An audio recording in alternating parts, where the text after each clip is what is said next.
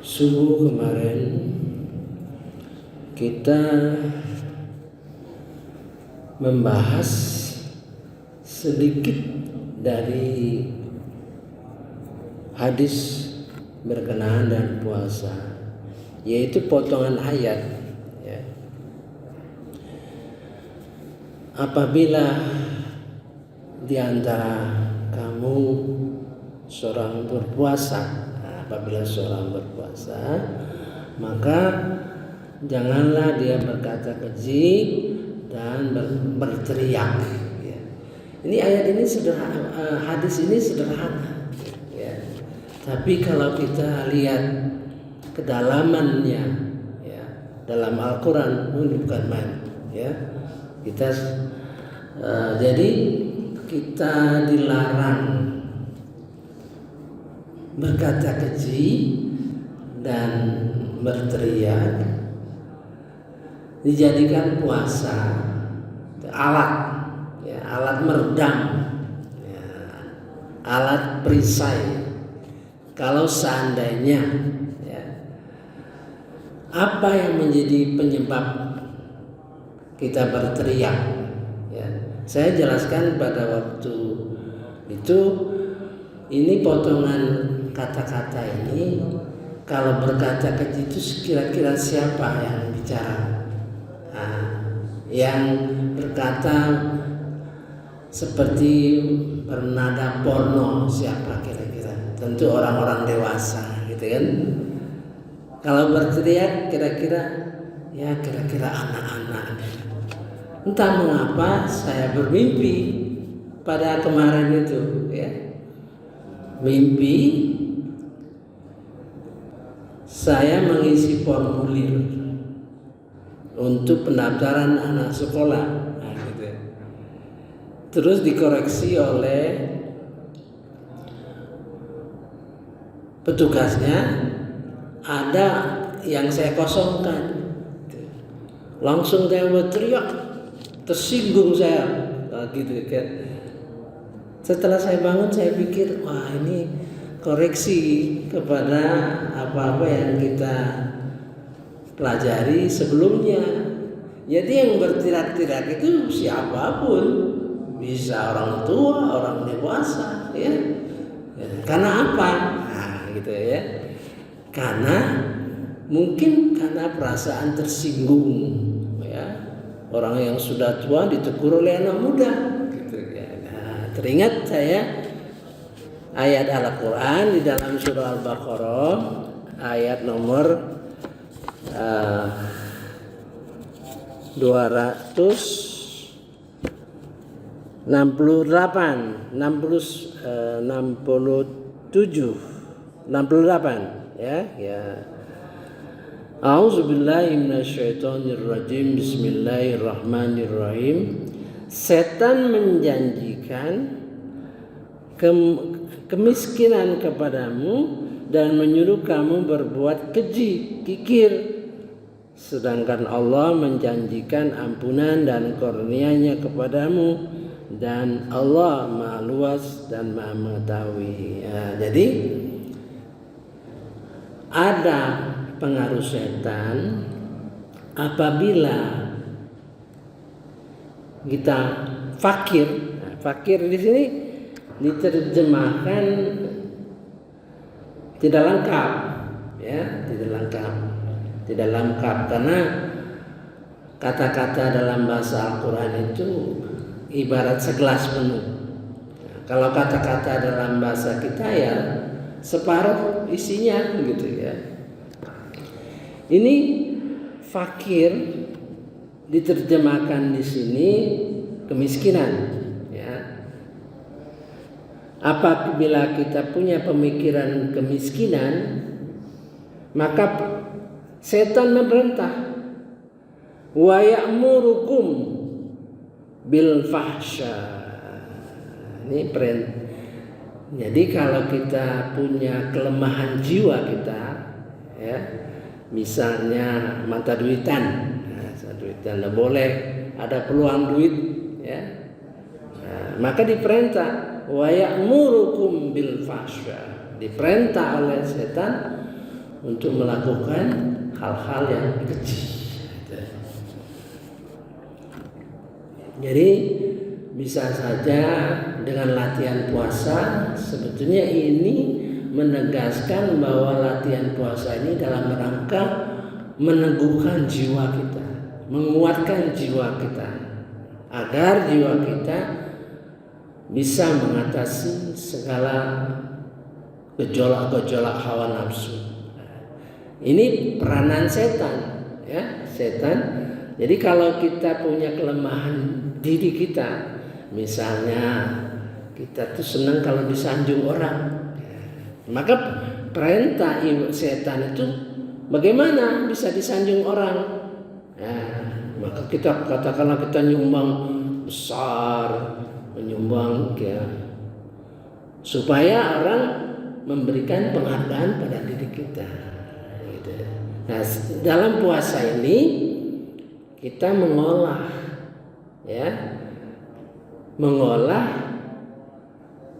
dengan melatih.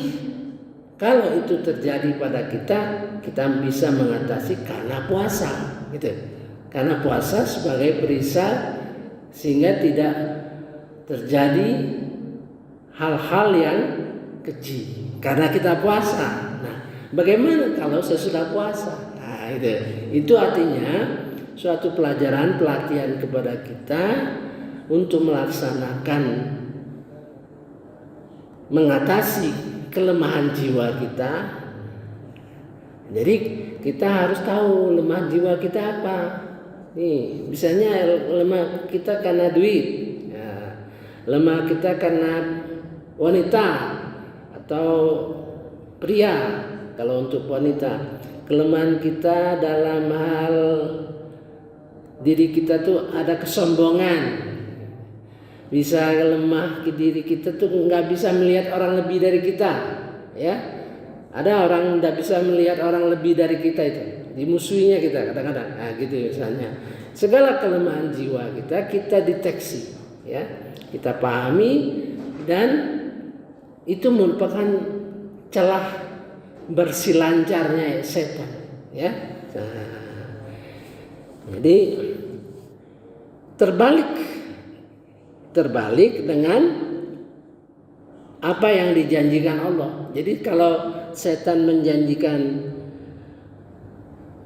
akan menutupi kefakiran kita dengan perintah melakukan sesuatu, ya, tapi Allah, wallahu ya'idukum maghfiratan minhu wa fadla, menjanjikan pengampunan atas dosa, ya, darinya dan karunia-Nya.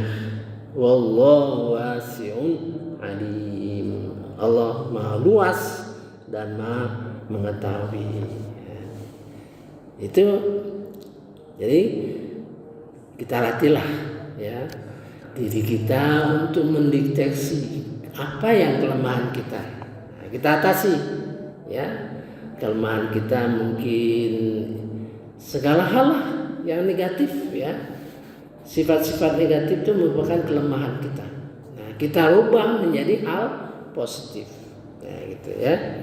Maka di dalam puasa itu, dalam surah Al-Baqarah 84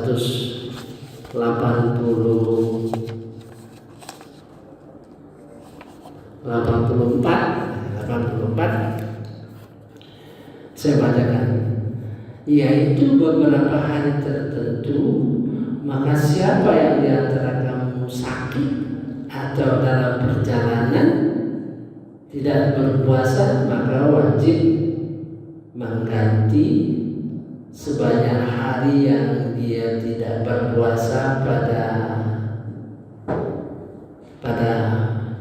tidak berpuasa pada hari-hari yang lain, diganti dengan hari-hari yang. Dan bagi yang berat, ya, bagi yang berat menjalankannya wajib membayar fidyah, ya, fidyah yaitu memberi makan seorang miskin, tetapi siapa yang dengan kerelaan hati mengerjakan kebajikan, maka itu lebih baik baginya, dan puasa itu lebih baik bagimu jika kamu mengetahui. Ya, di sini ada perubahan, ya, dengan adanya menjaga diri kita dalam berpuasa itu menahan, ya, menahan untuk tidak berteriak-teriak, ya, atau berkata keji, ya. Nah, bayangin kalau kita mau marah karena puasa, maka tidak jadi marah. Nah, gitu, ya, sebagai latihan. Nah, sebenarnya seharusnya bagaimana kalau di luar puasa, gitu, ya. Mudah-mudahan kita terus meningkat. Jadi kalau setan itu langsung perintah mengerjakan kekejian. Nah, insya Allah kita termasuk orang yang takwa. Ini kalau orang takwa itu pengaruh setan itu tidak langsung. Kalau tadi kan soal langsung. Kalau kita kelemahan jiwa kita itu mudah tersinggung, ya, mudah tersinggung itu ngapa? Karena menganggap diri kita penting itu soalnya kan. Sebetulnya kita nggak merasa penting, ya sudah, tidak akan tersinggung. Begitu tersinggung kita marah. Nah, tapi Al-Quran memberitahu, ya, surah Al-A'raf ayat 200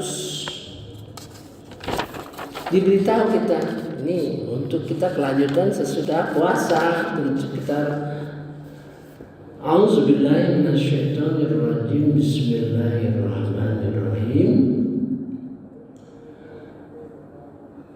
Sesungguhnya orang-orang yang bertakwa, apabila mereka dibayang-bayangi pikiran jahat, berbuat dosa dari setan, mereka pun segera ingat kepada Allah, maka ketika itu juga mereka melihat kesalahan-kesalahan ini. Ya, ayat ini merupakan introspeksi, merupakan mengukur diri kita, ya kan?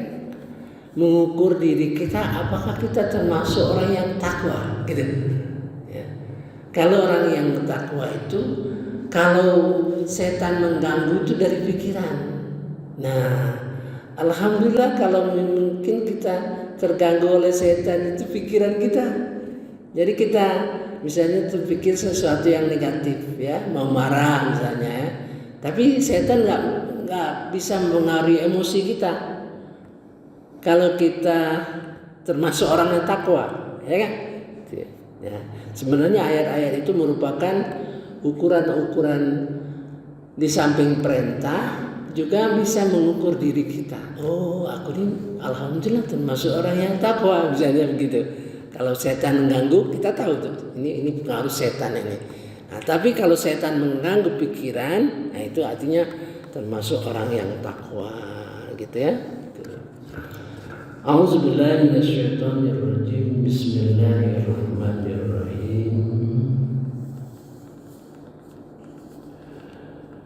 Innal ladzina taqaw, ya, bukan ayat itu, ya, sesungguhnya orang yang takwa itu. Nah, ini ayat yang diawali dengan innal ladzina taqaw itu mungkin satu-satunya ini, ya, mungkin satu-satunya ini, ya.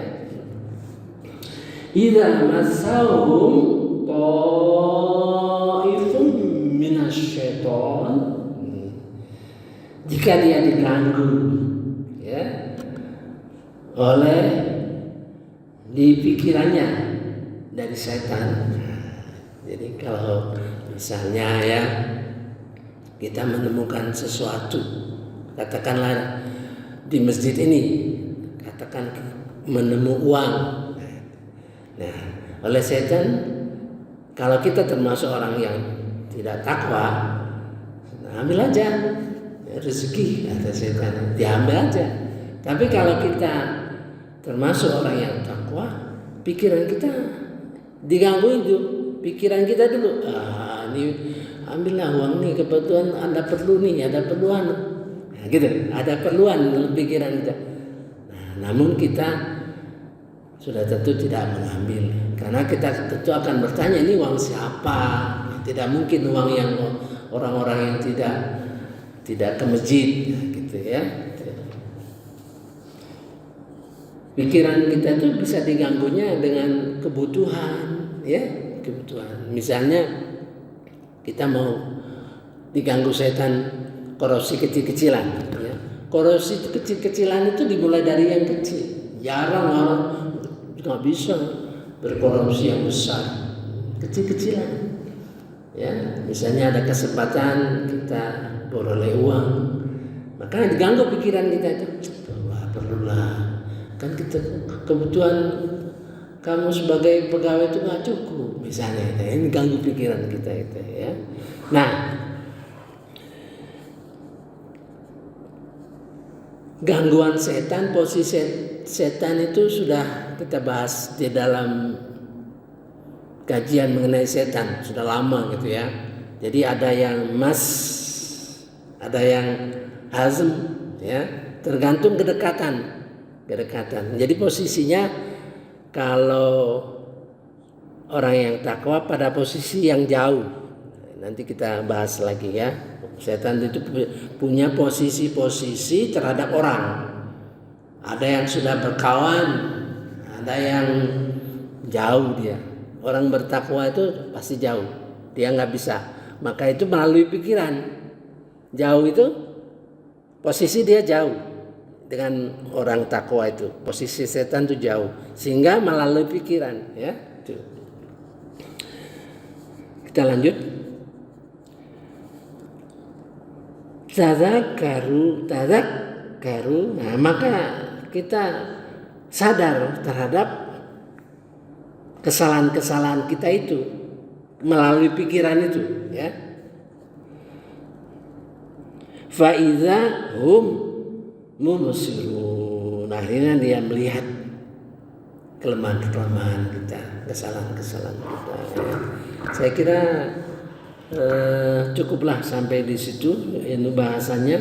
Nanti kita lanjutkan lagi kalimat-kalimat, sebetulnya bisa panjang, ya.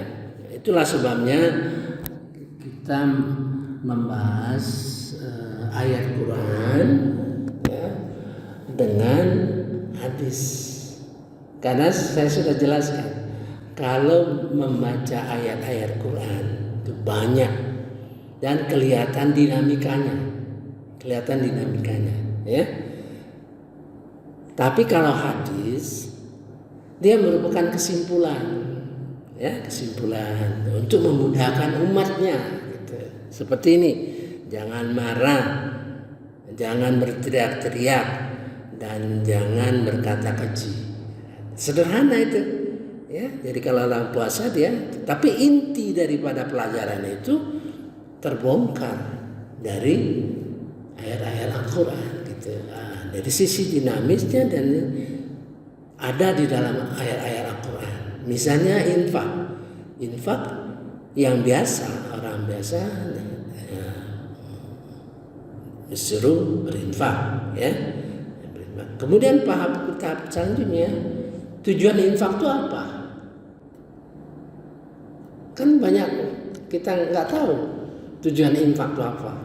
Nah, di dalam 265 Al-Baqarah, bertujuan berinfak, satu, mencari keridhaan Allah SWT. Kedua, kita memantapkan diri kita bahwa kita orang Islam, gitu. Nah, itu proses untuk, jadi kalau kita berinfak, kita tahu tujuannya mencari keridhaan Allah dan menunjukkan jiwa yang kuat bahwa kita seorang Muslim.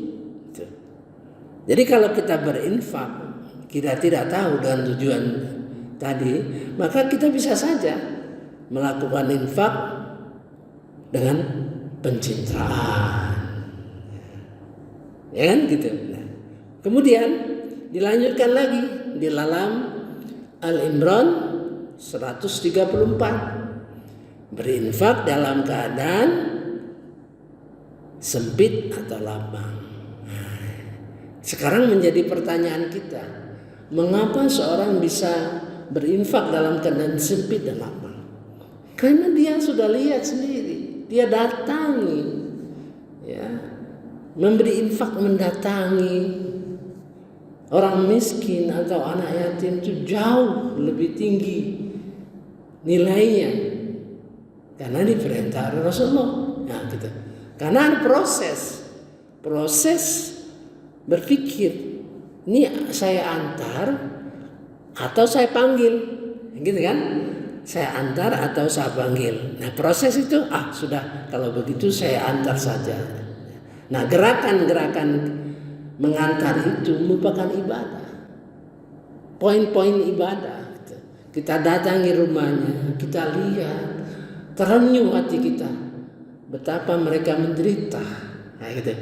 Jadi kalau kita susah, penderitaan kita nggak mungkin lah, mereka lebih parah dari kita. Nah, itulah kesadaran kita berinfak dalam keadaan sempit dan lapang. Nah, kemudian dalam surah Al-Furqan ayat 67 kalau nggak salah ya, 67-66 ya. Orang yang berinfak tidak kikir, tidak boros. Itu sudah rasional. Orang berinfak sudah rasional, sudah merupakan perhitungan-perhitungan. Kalau tadi masih emosional, rasional, gitu ya. Nah, bagaimana yang tidak kikir, tidak boros? Dia tahu keperluan orang itu, ya, tahu keperluan orang itu, maka dia kalkulasi. Ini perlunya berapa sebetulnya? Nah, gitu. Sehingga dia berpikir supaya efektif, ya. Misalnya ada 50 anak yatim, tuh, ya, 60. Aduh, rasanya kita nggak bisa menangani pemberian kepada menyantuni anak yatim sedemikian banyak. Satu, kita ambil langkah-langkah memberitahu sebagian sahabat kita untuk menangani sebagian itu kita. Ya, kita pikir bagaimana sekolahnya, bagaimana kebutuhan dia hari-hari, sehingga tidak kikir, tidak boros. Lebih lanjut lagi, orang yang punya kemampuan sebagai khalifah, ya, dengan kekayaannya dalam surah Al-Hadid, ya, dalam surah Al-Hadid, dengan kekayaannya dia memanage kekayaannya itu untuk kemaslahatan umat, gitu. Ya, dia kaya, ya, berikan untuk kepentingan umat. Misalnya dia bikin pabrik, dia bikin usaha, sehingga sistem kerja daripada pabrik itu tentu bernapaskan syariah. Nah, gitu. Maka pahalanya ajrun kabir, pahala besar. Kemudian meningkat lagi qardon hasanah, meminjamkan hartanya untuk kepentingan umat. Mengapa qardon hasanah lebih tinggi? Maka di dalam penutup ayatnya ajrun karim, pahala yang mulia. Nah, gitu ya. Nah, itulah dinamika di dalam mempelajari ayat Al-Quran. Mudah-mudahan kita semangat terus mengkaji, memahami Al-Quran dengan demikian, dan memahami hadis sehingga kita terasa keindahannya dan kita bersemangat, dan semoga yang jadi tujuan kita bergembira, falyafrahu, ya, dalam melaksanakan tugas-tugas ibadah berdasarkan Quran dan hadis. Wallahu alam. Subhanakallahumma wa bihamdika asyhadu an la ilaha illa anta astaghfiruka wa atubu ilaik. Wallahu a'lam. Wassalamualaikum warahmatullahi